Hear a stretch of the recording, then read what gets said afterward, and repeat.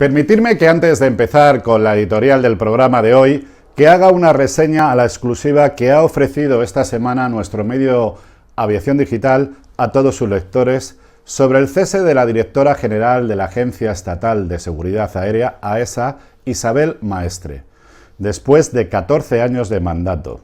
La verdad es que no existe ningún precedente en ninguna agencia de seguridad aérea de nuestro entorno que haya estado tanto tiempo liderando una agencia de estas características que asume tanta responsabilidad. Tampoco existe ningún precedente en el que para elegir al máximo responsable de la agencia, que se encarga nada más y nada menos de la supervisión del control y la seguridad aérea del transporte aéreo, entre otras competencias, que se elija al candidato por criterios que no es candidato, porque aquí realmente no es candidato, que se haya elegido por criterios que no son profesionales, a dedo, se ha elegido a dedo. En nuestro país, este cargo es de libre asignación. ¿Qué quiere decir todo esto? Pues que no pasa por ningún tipo de control ni supervisión. Si el candidato o candidata reúne unos requisitos mínimos. Todo se deja, como siempre, al oscuro mundo de los lobbies y de los intereses políticos, típico de países, convendrán conmigo, tercermundistas. Como hemos dicho, se asigna a dedo, a pesar de las conclusiones de la propia Comisión de Investigación de Accidentes de Spanair, que como saben tuvo lugar en el Congreso, para modernizar nuestro modelo de control y supervisión del transporte aéreo. ¡Qué bien!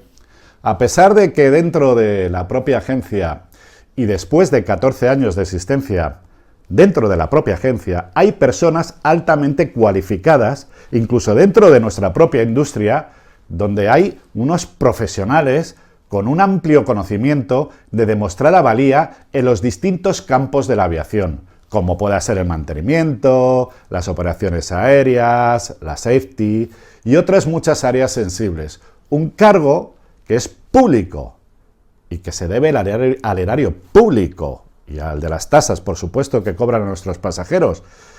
Sin embargo, se rige por otros criterios, salvo que demuestre lo contrario. No sé si saben que cualquier cargo propuesto por compañía, como pueda ser el responsable de operaciones vuelo, de entrenamiento, mantenimiento, etc., como requisito, tiene que ser aprobado y aceptado por la misma autoridad aeronáutica y debe demostrar sus conocimientos en una entrevista personal. Sin embargo, al máximo responsable de la propia agencia lo eligen a dedo, en vez de abrir un proceso, no sé, de selección de candidatos que demuestren no solo su capacidad de gestión, sino de conocimiento y desempeño en todas las áreas. Por último, queríamos dar las gracias al Gabinete de Prensa del Ministerio de Transporte y demás competencias por confirmar a través de su nota de prensa de la falta de experiencia de la nueva directora de la Agencia Estatal de Seguridad Aérea, tal y como habíamos denunciado en nuestro medio. Y solamente una recomendación, que busquen el significado de la palabra safety. No vale colocarla así para aquí y para allá, no. Ya que a algunos de nosotros nos ha sonrojado pues el significado que le habéis dado en la nota de prensa. Pero vamos, no pasa nada. No obstante, muchísimas gracias. Y ahora sí vamos con la editorial del programa de hoy. El 13% de los pilotos de líneas aéreas comerciales podrían sufrir depresión. Y aproximadamente 1 de 4 reportan haber tenido pensamientos suicidas en las últimas 2 semanas. Esto es lo que ha revelado una nueva investigación en Estados Unidos. Los autores de este primer estudio consultó con una amplia muestra de pilotos de aerolíneas acerca de su salud mental. Sugieren que, de ellos, quienes están deprimidos, son muy reacios a buscar tratamiento por temor a ser sancionados o a dañar sus carreras. La evidencia ha demostrado en los últimos años que tener coraje o valor no confiere inmunidad ante la tristeza, la culpa, la irritabilidad, la pérdida de interés y de energía, que son características de la depresión. Algunos pilotos que están activos presentan síntomas depresivos y es posible que no busquen tratamiento debido a los impactos negativos que esto pueda tener en su carrera. Hay un velo de secretismo que cubre los problemas de salud mental que hay en las cabinas de los aviones, tal y como ha declarado Josep Allen, un experto en esta materia y que ha participado en este estudio. Y de verdad que no le falta razón. Los autores del informe instan a las organizaciones aéreas a aumentar el apoyo para el tratamiento preventivo de las enfermedades mentales. La enorme responsabilidad del trabajo de los pilotos es lo realmente destacable de esta investigación. Mucha responsabilidad. Lo curioso es que la depresión no es algo que atañe solo a los pilotos. De hecho, para que se hagan ustedes una idea, la Organización Mundial de la Salud dice que es la principal causa de la discapacidad en todo el mundo, la depresión, donde aproximadamente 350 millones de personas la sufren. En Europa, para acotarlo un poco más, un 7% de la población muere de forma prematura por ello. Y en España, un 4% de personas son diagnosticadas, pero la mitad ni siquiera recibe tratamiento o no el adecuado. Hablamos de psicofármacos o de psicoterapia, o una combinación de ambos. A pesar de ello, este tema, entre no solo los pilotos, es un tema como bastante tabú. ¿Y nosotros qué hemos querido? Hemos querido dedicar un programa a un tema que está ahí, pero que nadie quiere hablar de ello, pero está ahí. Para profundizar en este tema e identificar las razones del por qué somos tan reacios a reconocer esta patología, hemos invitado a nuestro programa de 10+1 a dos expertos en la materia, para que nos ayuden y os ayuden a normalizar una situación que, como hemos dicho, supone la principal causa de discapacidad en todo el mundo. Hoy es 7 de mayo y aquí empieza nuestro programa de 10+1.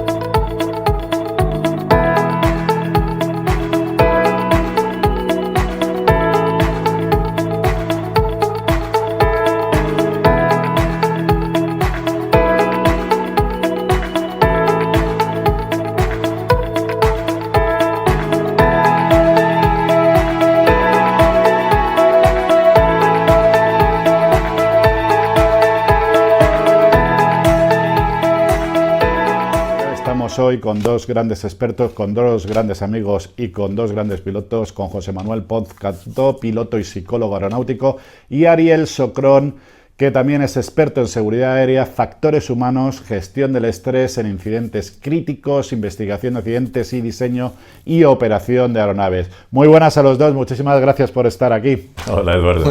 Oye, bienvenidos y que sepáis que estáis estrenando estudio.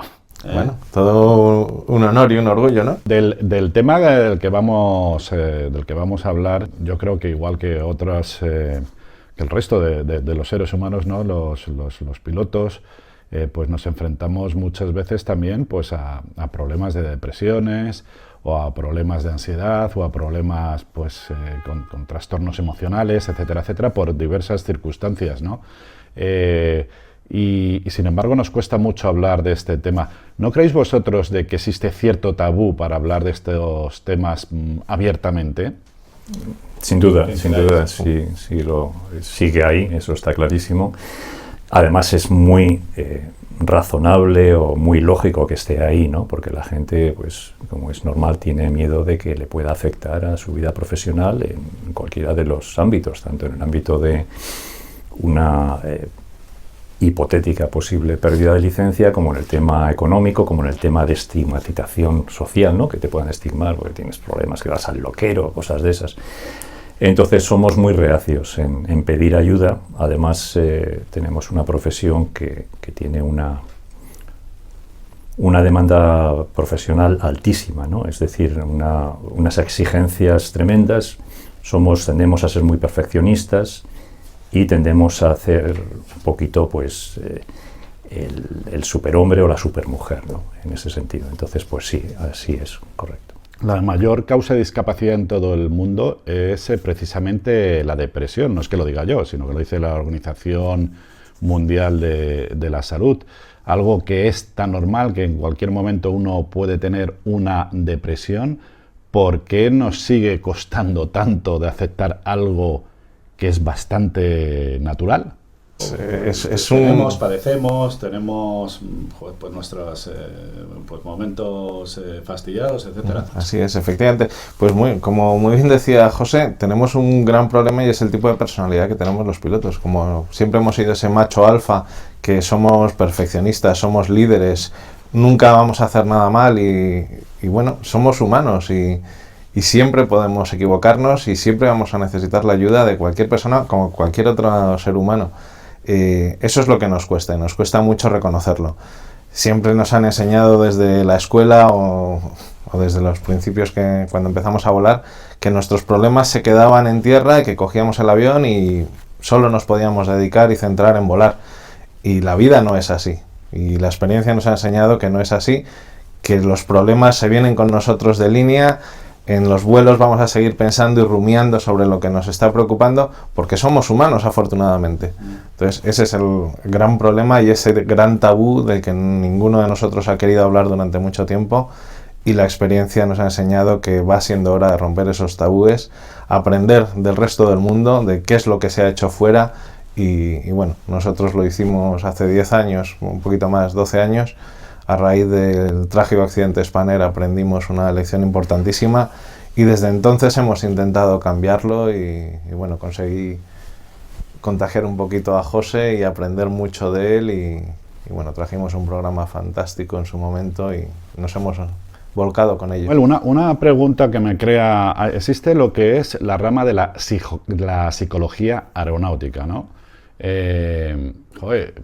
Entendiendo de que estamos hablando, yo creo, de patologías que son comunes, como pueda ser la depresión o como puedan ser estados de ansiedad, etcétera, etcétera.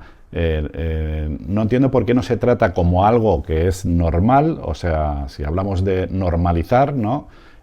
Y sin embargo tenemos una especialidad que es psicología aeronáutica. ¿Por qué es esto? Pues la psicología aeronáutica lleva ya muchos años. De hecho, tenemos la Asociación Europea de Psicología Aeronáutica, que tiene un montón de años, no me acuerdo cuántos, pero yo soy miembro de ella desde hace 20 y algo. Y en España también tenemos una asociación. Y bueno, la razón por la que surge es porque está clarísimo que es un campo tan especializado que necesita profesionales que se dediquen a él, ¿no? Tanto en el ámbito de la psicología como en otras ramas, ¿no? Igual que tienes pues un ingeniero que es aeronáutico, pues tienes un psicólogo que es aeronáutico. Esto no quiere decir que como pilotos necesitemos acudir a un psicólogo aeronáutico cuando tengamos un problema. Podemos ir a cualquier psicólogo de nuestra confianza. ¿Tú no consideras que todavía los pilotos consideramos hablar de estos temas como algo tabú? Es más, que nos cuesta, joder, cuando vamos a nuestras revisiones médicas periódicas, nos cuesta hablar de estos temas con el médico, ¿no? Vamos a hablar claro, o sea, muchas veces pues lo ocultas, ¿no? Joder, ¿cómo no voy a decirle al psicólogo del CIMA, del reconocimiento médico aeronáutico, que estoy deprimido? Pues la que me lían, me quita la licencia, etcétera, etcétera. No sigue siendo mucho tabú, no, es que yo lo que no entiendo es que no está normalizado. ¿Seguimos ocultándolo? Yo creo que no es un problema de los pilotos, yo creo que es un problema de la sociedad. En la sociedad hoy en día, cuando tú te rompes una pierna y te ponen una escayola, durante unos días, joder, mira, llevo una escayola, pobrecito. Cuando vas a un psicólogo, ya de por vida vas a ser el que tuvo que ir a un psicólogo porque no podía recuperarse. Esto es un tratamiento más, es un servicio médico adicional, son unos primeros auxilios o una ayuda psicológica adicional. Punto. Sí, claro. No traumaticemos. Nos han acostumbrado a que sí, el que necesita un psicólogo está mal. No, necesita una asistencia médica determinada en un momento determinado de su vida. Punto. Y ahí se acaba. José Manuel, es que hay una cosa, no está normalizado lo de ir al psicólogo, ¿no? Yo creo, no sé, yo, por ejemplo, yo voy a un psicólogo y es algo porque lo hago porque me ayuda, ¿no?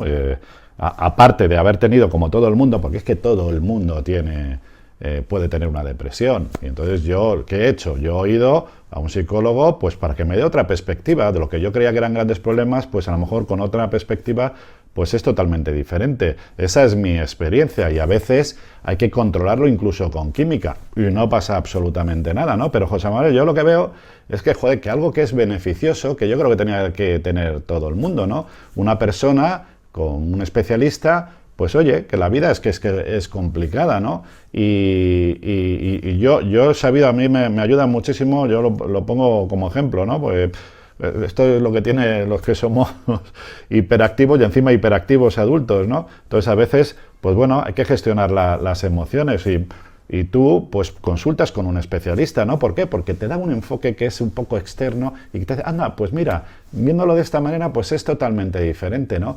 Pero ¿no te parece, José Manuel, que por qué el tema de ir a un psicólogo todavía es un tema como extraño, ¿no? Como raro? Joder, me decía un médico en una de las revisiones que yo le dije, pues sí, he tenido una época tal, he estado con un psicólogo y ya me he quedado con el psicólogo y tal, y voy recurrentemente. Y dice, sí, joder, dice, bueno, pues voy porque me ayuda y tal. Sí, tú lo tienes, me decía, tú lo tienes como un coacher. Y sí, yo creo que es como un coacher que te va acompañando y que te va dando algunas pautas cuando tienes momentos complicados. Pero nos cuesta mucho, ¿no, José Manuel, ir al psicólogo, ¿no? Tendemos a apoyarnos en los amigos, y está bien, en la familia, y está bien también, y ellos nos van a decir lo mejor que saben decirnos, pero no necesariamente van a enfocarnos en la dirección correcta.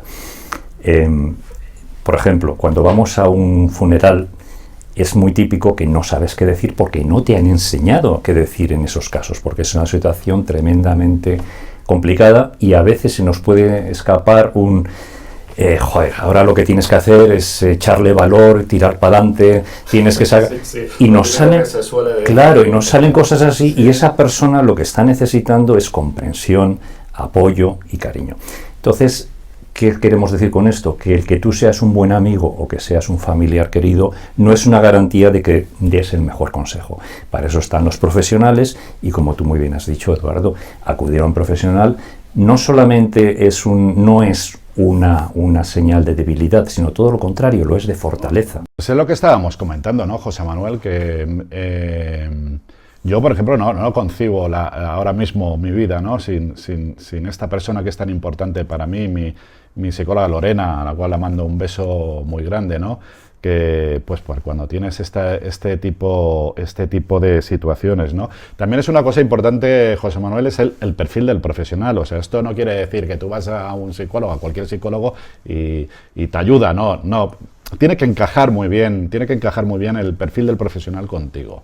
Esa es otra parte importante, ¿no? Por ejemplo, a mí me gusta mucho el perfil de José Manuel. ¿Pero por qué me gusta mucho el perfil de José Manuel? Pues, hombre, porque es piloto, porque entiende mi vida, que entiende nuestra vida, la forma de vida que tenemos, ¿no? Voy a poner, por ejemplo, la pandemia, ¿no? Es algo que nos ha afectado quizás a nosotros un poco más que otros colectivos. ¿Por qué? Porque nosotros estamos acostumbrados pues a pasar tiempo fuera de casa, pues a otro tipo de actividad, ¿no? Entonces de repente nos hemos visto confinados y entonces pues algunas personas pues no lo han llevado, obviamente no lo han llevado tan bien, ¿no? Entonces yo creo que es importante, y también es importante porque un profesional, porque es verdad que tú tienes a tu familia, tienes a tus amigos, tienes a la gente que te quiere, ¿no? Que te puede dar un apoyo emocional, no venga, ánimo y tal, pero es totalmente diferente porque el profesional te da una perspectiva de las cosas diferentes, te hace colocarte en situaciones diferentes, te hace replantearte temas de cómo tú enfocas, ¿no? Porque muchas de las frustraciones que tiene uno es porque los demás no cumplen tus perspectivas, ¿no? Que te suelen decir, no, joder, pero es que no todo el mundo tiene que pensar como tú, o míralo de esta manera, etcétera, etcétera, ¿no? Entonces yo creo que ese es otro de los puntos también importante, que te encaje, ¿no? El profesional al que tú vayas a acudir, ¿no? He mencionado 4 cosas importantísimas sobre los programas de apoyo a piloto. Primero, un experto. Preguntabas antes a José por qué un psicólogo aeronáutico. Pues precisamente por lo que acabas de explicar. Porque entiende qué es estar fuera, qué es estar de línea, las presiones a las que estamos sometidos en una cabina, la presión que ejerce la compañía o las autoridades, el que tu licencia o tu vida realmente dependa de una licencia médica supervisada por un psicólogo. Eso es fundamental. Segundo, lo que tú decías. La familia te entiende, pero un compañero te va a entender mucho mejor. Y cuando le vas a decir a un compañero es que estaba en mitad de la aproximación y tenía tormentas y tal, eso lo va a entender de maravilla y tu familia va a decir, bueno, había tormentas ese día, qué horrible.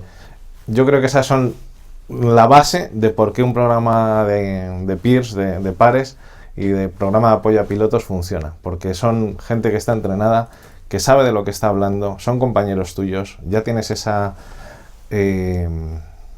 confianza intrínseca que tenemos entre los pilotos de, bueno, puedo confiar en él igual que él va a confiar en mí. Otro de los temas que quería hablar con vosotros y comentar, que pues situaciones, ¿no?, que nos producen cierta ansiedad o cierto estrés, ¿no?, que es el tema de los simuladores, cuando nos tenemos que enfrentar a los simuladores. Como bien sabéis, los pilotos cada 6 meses pues tenemos que pasar pues lo que sería un examen, pues son unos conocimientos teóricos y luego pues enseñamos nuestras emergencias con un evaluador, con un examinador de aquellas emergencias que no podemos practicar en vuelo, ¿no?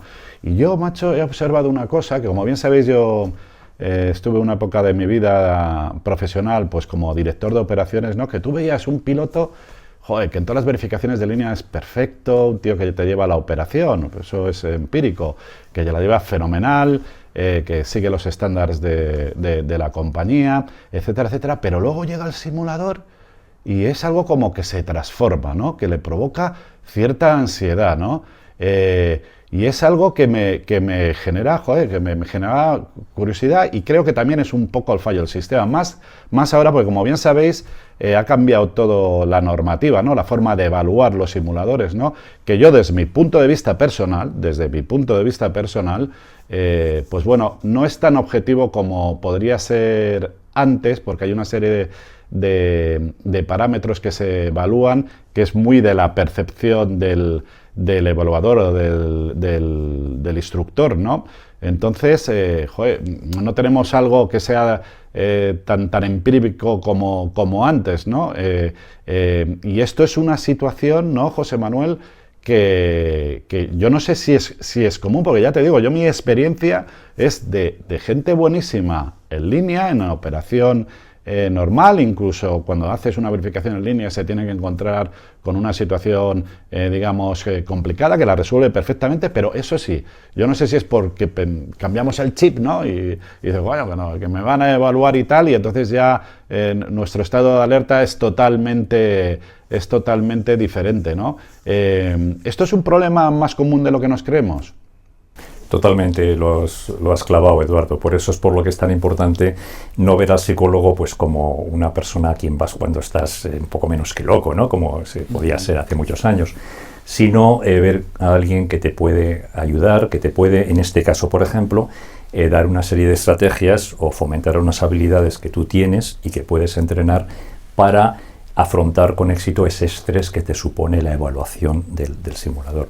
Y permíteme que insista en una cosa que has dicho antes que me parece fundamental y que también yo antes he apuntado un poco y que no me puedo cansar de repetir, y es que el psicólogo tiene que ser una persona que goce de tu plena confianza, es decir, que cuando tú vayas se establezca una relación terapéutica, un vínculo terapéutico de trabajo positivo, que te inspire confianza, que te inspire sobre todo, pues eso, el estar a gusto con esa persona y no tengamos ninguna duda en algún momento en cambiar de psicólogo o en probar uno que me han recomendado, etcétera, etcétera, pero a lo mejor, aunque sea un profesional extraordinario, no acaba de cuajar con tu carácter, digamos. Entonces es muy, muy importante lo que has dicho, sea para nosotros, sea para nuestros familiares, etcétera, etcétera, ¿no? Eso es muy importante. Yo hablo de mi experiencia, ¿no? Yo a mi psicóloga, a Lorena, que la quiero muchísimo, la he recomendado y no ha encajado con la otra persona, ¿no? Y luego es que hay un tema, yo por eso insisto tanto en que es bueno tener a un profesional junto a ti, porque hay muchas cosas que tú puedes detectar con cierta antelación, ¿no? Ciertas emociones, ¿no? A mí me apasiona a todo el mundo porque, de las emociones, ¿no? Hay una serie de indicadores. Tú, antes de llegar a una situación extrema, tú tienes antes unas señales. No hace falta llegar a petar. Es que no hace falta llegar a petar. Tú siempre vas a tener unas primeras señales, ¿no, Ariel? O sea, tú tienes ahí, o yo por lo menos, yo ya lo detecto, ¿no? Y entonces yo, antes de que me vaya a entrar en una situación en la cual sea mucho más complicada de gestionarla, etcétera, etcétera, es ahí, en ese momento, cuando yo llamo y digo, oye, te voy a hacer una visita, vamos a tener una charla y te voy a contar lo que me está inquietando en este momento, ¿no? Solamente emocionales, incluso físicos. Yo, por ejemplo, desarrollé una enfermedad de la piel a raíz de una cantidad inmensa de estrés que padecí en un momento. Entonces, ahí son indicios de lo que te puede estar ocurriendo, te puede estar pasando, y bueno, psicomatizamos muchas cosas y son signos que nos pueden alertar de, oye, a lo mejor necesitas no solo ir a un dermatólogo, como fue mi caso, sino buscar una ayuda más especializada.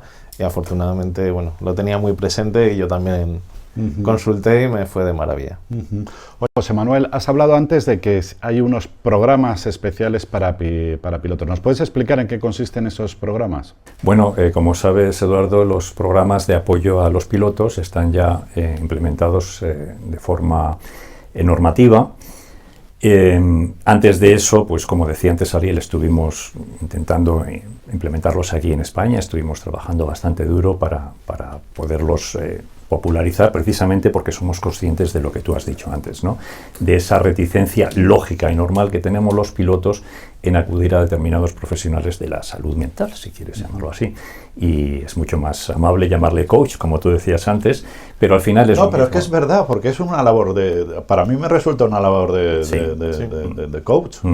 Sí, y al mismo tiempo tampoco hay que excluir, cuando sea necesario, ¿por qué no? Pues si estoy durmiendo mal, si estoy teniendo una temporada de un estrés muy elevado, pues que a lo mejor me tengan que prescribir una determinada medicación puntualmente y que tome y que me ayude, porque al final somos bioquímica.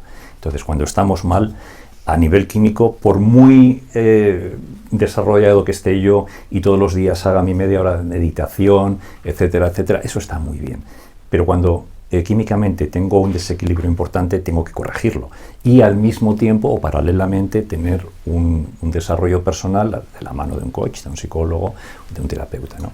Entonces eso es muy, muy importante. Y respecto a estos programas que estábamos hablando, pues sí, efectivamente, son programas que están desarrollados por y para pilotos. Ese es el interés, que un piloto, un compañero tuyo, de ahí la palabra peer, compañero, par, ¿no? Colega, sea la persona a la que tú te puedas dirigir pues con algún problema que te esté sucediendo, alguien con quien tengas toda la confianza, y que esa persona, dentro de ese programa de confidencialidad absoluta, pueda recabar el apoyo de un profesional de la salud mental en este caso, y que esa persona también te puede ayudar dentro, insisto, de una confidencialidad absoluta. Eso es lo que necesitamos, ¿no? Eso es lo que necesitamos, porque sabemos que si no es de esa manera confidencial y de esa garantía de poderme expresar ante alguien que me comprende, vamos a seguir teniendo esas reticencias, ¿no? en decir, hablar de los problemas que tenemos. Oye, Ariel, uno de los temas, porque joder, yo cuando hablo con compañeros, ¿no?, que pues están pasando una mala época, y yo siempre les cuento mi experiencia y les intento orientar en las medidas de lo posible, pero hay un par de barreras, ¿no? Entonces, una de esas barreras es, por ejemplo, el tema de qué te pasa cuando te dan de baja pues por un tema de este tipo, ¿no? Por una patología de este tipo, ¿no? Entonces, nosotros tenemos un seguro de pérdida de licencia. No sé si sabrán ustedes, o sea, nosotros gran parte de nuestros salarios pues dependen de lo que volamos, ¿no? Si estamos de baja, pues evidentemente se reduce considerablemente. ¿Qué tenemos? Tenemos unas cosas, tenemos un producto que se llama seguro de pérdida de licencia, que puede ser permanente o temporal, ¿no? Que de alguna manera, que si tú estás durante un tiempo prolongado, estás de baja, pues te cubre este seguro, te cubre parte de la parte digamos, de lo que tú no ganas. Pero es que curiosamente, Ariel, el tema de lo relacionado con la salud mental, este tipo de seguros no lo cubre, ¿no? Es muy importante y es una de las cosas que ya en su día lo estuvimos hablando con la autoridad, con la agencia, y no conseguimos convencerles ni hacerles ver de la importancia de que las compañías puedan complementar a esos pilotos mientras están de baja. Durante el desarrollo de la normativa que está en vigor sobre programas de apoyo a pilotos, EASA era consciente del problema y sí dijo que uno de los impedimentos de que este tipo de programas funcionase era que el piloto no iba a ser compensado económicamente y no iba a poder llegar al nivel mínimo que necesitase. Y EASA es consciente de ello, la agencia en España también es consciente, pero son las compañías al fin y al cabo las que tienen que tomar la decisión de apoyar a sus pilotos, a sus tripulantes o no. No todas las compañías tristemente lo hacen. Claro, podemos poner ejemplos. A mí aparte que me gusta dar nombres, ¿no? Entonces, por ejemplo, en el caso de la compañía Iberia, yo sí sé que existe un sistema de compensación en el caso de que un miembro de la tripulación esté de baja. Yo creo que es una cosa que ayuda, mientras que otras compañías no lo tienen. Pero, José, estarás de acuerdo conmigo que esta barrera está identificada y que habrá que corregirla de alguna manera. Además, es que yo lo que veo es que estamos viviendo una época, José, muy complicada. O sea, muy complicada. Por poner un ejemplo, el número de suicidios ha subido exponencialmente. Y este es un problema, yo creo que es un problema grave, ¿no? Y de esto que estábamos hablando, ¿no? Yo me he quedado con una copla que has dicho, ¿no? Lo de el tema de la química, ¿no? De que el cerebro funciona mucho con química. Es que precisamente a veces para controlar la cabeza, ¿vale? Como funciona con química, hay que tomar química. Y hay unos fármacos que son pues muy buenos y que de alguna manera te ayudan pues en el momento que tienes cosas que tú no puedes controlar. Porque como bien ha dicho José, es que hay cosas del cerebro que uno no puede controlar. Es que, nos guste o no nos guste, hay cosas que están relacionadas con la química que no se pueden controlar. Por eso los fármacos a veces hacen mucho bien en este sentido y tampoco hay que tenerle miedo, para eso están ahí los especialistas, ¿no? Y claro, y esto que retomando, y perdona que me haya despistado un poco, pero retomando todo esto, es que si no me equivoco, las últimas cifras de España de suicidios son 3.500 suicidios. 3.500 suicidios. Y no hay ninguna ayuda. Por ponernos un poquito en perspectiva, estamos hablando de 10 personas que cometen suicidio al día en España, aproximadamente. No hay ningún tipo de ayuda. No hay ningún tipo de ayuda. El Parlamento acaba de aprobar unas ayudas, al fin, después de años que se llevan peleando, y estamos enfrentándonos a esa tragedia. O sea, tenemos, por ejemplo, accidentes en carretera. Es que el porcentaje de muertos por suicidio en España es mucho mayor al número de accidentes mortales en carretera. No hablemos ya de otros programas más polémicos como puede ser violencia de género. O sea, los números es que son una barbaridad. Pero quería hacer hincapié en lo que comentabas antes a nivel económico. Nosotros cuando trajimos el programa a España estuvimos hablando con distintas compañías, les estuvimos presentando y al final la compañía es una empresa que tiene que dar unos beneficios y les enseñamos los estudios que habían hecho los pilotos alemanes a través de la Fundación Stiftung Mayday, en la que le demostraban a Lufthansa en su día cómo implementar un programa de apoyo a pilotos era beneficioso económicamente, por el número de bajas que se prevenían. Claro. Entonces, es dinero al fin y al cabo. Entonces, Sí. invertir en un programa de apoyo a pilotos en una compañía es beneficioso. A largo plazo, obviamente no lo ves en un año, pero en 5 años sí ves ese beneficio económico. Pues me encanta el enfoque, ¿no, José Manuel? Sí, y respecto a lo que acaba de decir Ariel, que es totalmente correcto, claro, la forma de implementar el programa, eso es lo que va a ser la clave, ¿no? Entonces se puede hacer como tantas cosas, tick in the box, ¿no? Cumplir con la normativa, o se puede realmente reforzar ese programa, se puede facilitar el acceso al mismo, se puede difundir dentro de los miembros de la compañía, y esa actitud proactiva, digamos, que es la que va a garantizar el éxito del programa, porque si no, sencillamente has hecho un tick in the box y hay muchos pilotos que ni siquiera saben que está ese programa ahí, ¿no? Entonces, eso va a ser lo importante, y ahí es donde lo que decía Ariel, el que la compañía tome conciencia de que eso al final es invertir en su propia seguridad y en su propio beneficio, incluso cuantificado por... En Alemania está cuantificado, como los alemanes son muy buenos con la estadística, sí, lo han demostrado.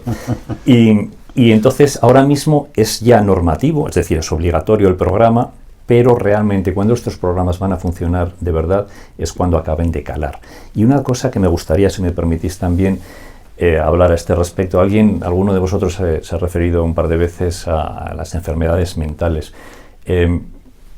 Sí, efectivamente, enfermedades podemos clasificarlas como mentales o corporales, o de una parte o de otra, pero me gustaría un poquito también desdramatizar esto o quitarle ese estigma. Este estigma, sí, de enfermedad mental. Sí, sí. Yo puedo estar un poquito triste o puedo tener una tristeza inmensa. Es decir, en un caso tendría una ligera depresión, en otro caso tendría una depresión mayor. Es decir, no es o lo tengo o no lo tengo, es un asunto de grado, ¿no? Hasta qué punto me está afectando en el día a día, me está impidiendo desarrollar mis funciones normales, etcétera, etcétera.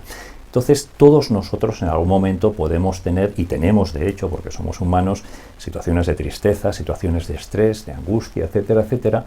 Y eso no significa que estemos enfermos, que nos pongan la etiqueta de enfermos. Significa que podemos beneficiarnos de una ayuda profesional. Eso es lo que significa.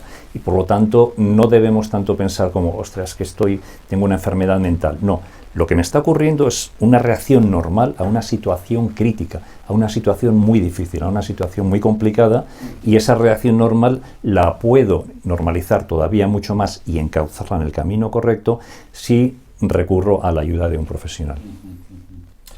Como te estaba comentando, ¿vale? Que te había dicho que yo había identificado, hablando con compañeros y tal, para mí dos barreras principales. Una que hemos hablado ya, que es el tema de la pérdida de poder adquisitivo cuando tienes una baja prolongada. Y luego hay otra barrera que es pues el tiempo que tardas en recuperar tu licencia cuando pues declaras pues que estás en una situación complicada, ¿no? Mentalmente, ¿no?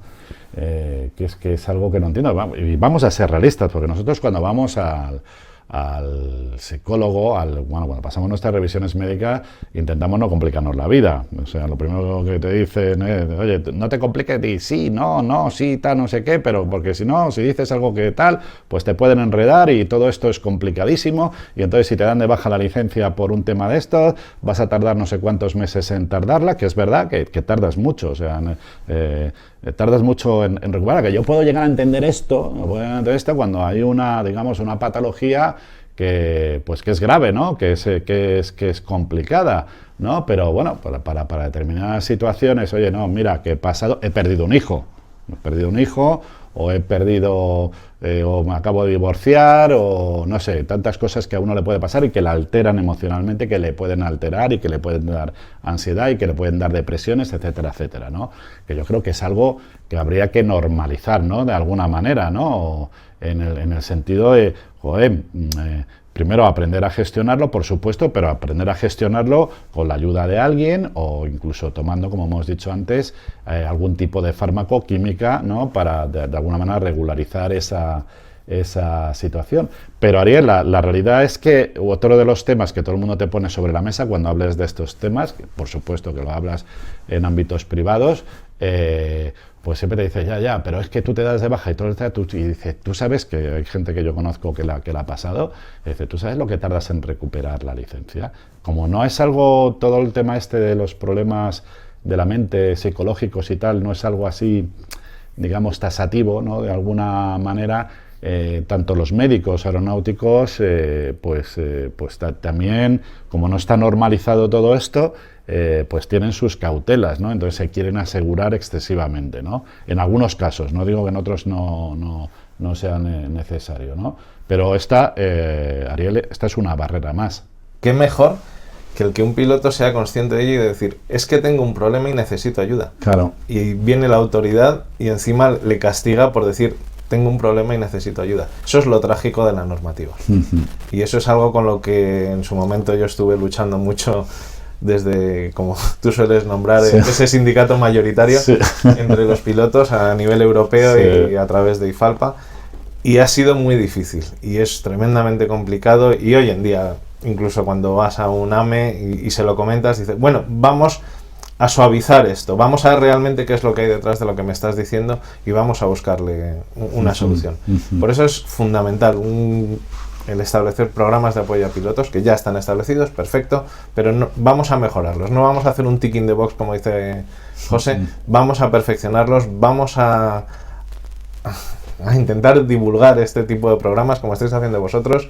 Yo me tiré 11 años intentando divulgarlo desde donde estuve y la gente todavía pregunta qué tipo de programa es eso, o sea, no conseguimos llegar a ello.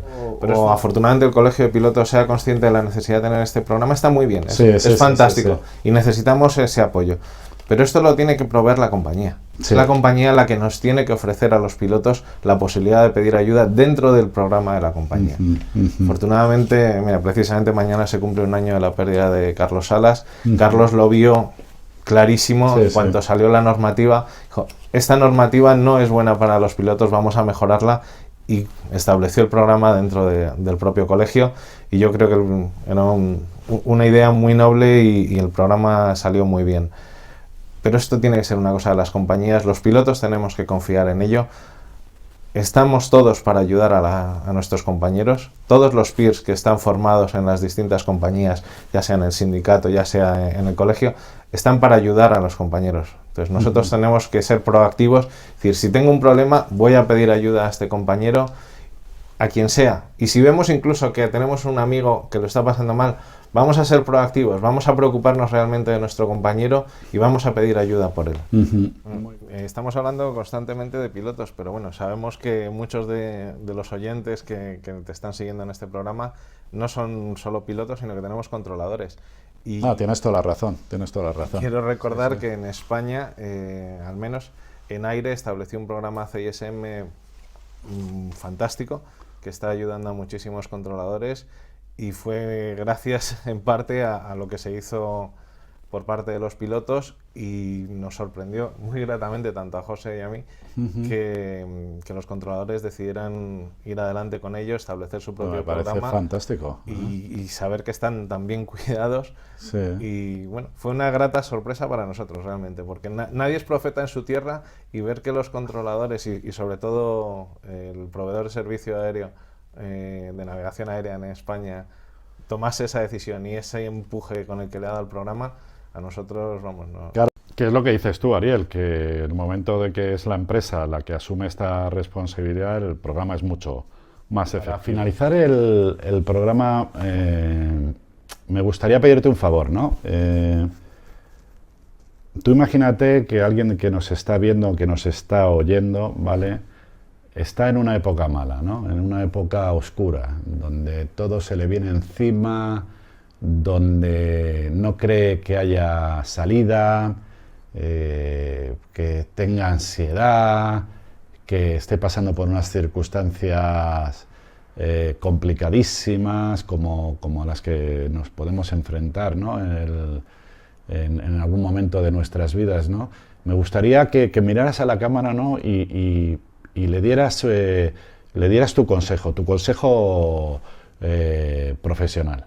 ¿Qué le dirías? No es ningún esfuerzo, Eduardo, porque no sería ni la primera vez, ni la cuarta, ni la quinta que he tenido el privilegio de poder ayudar a algún compañero o alguna compañera, ¿no? Entonces lo que diría es, no estás solo, no estás sola, estamos contigo, acude a tu programa.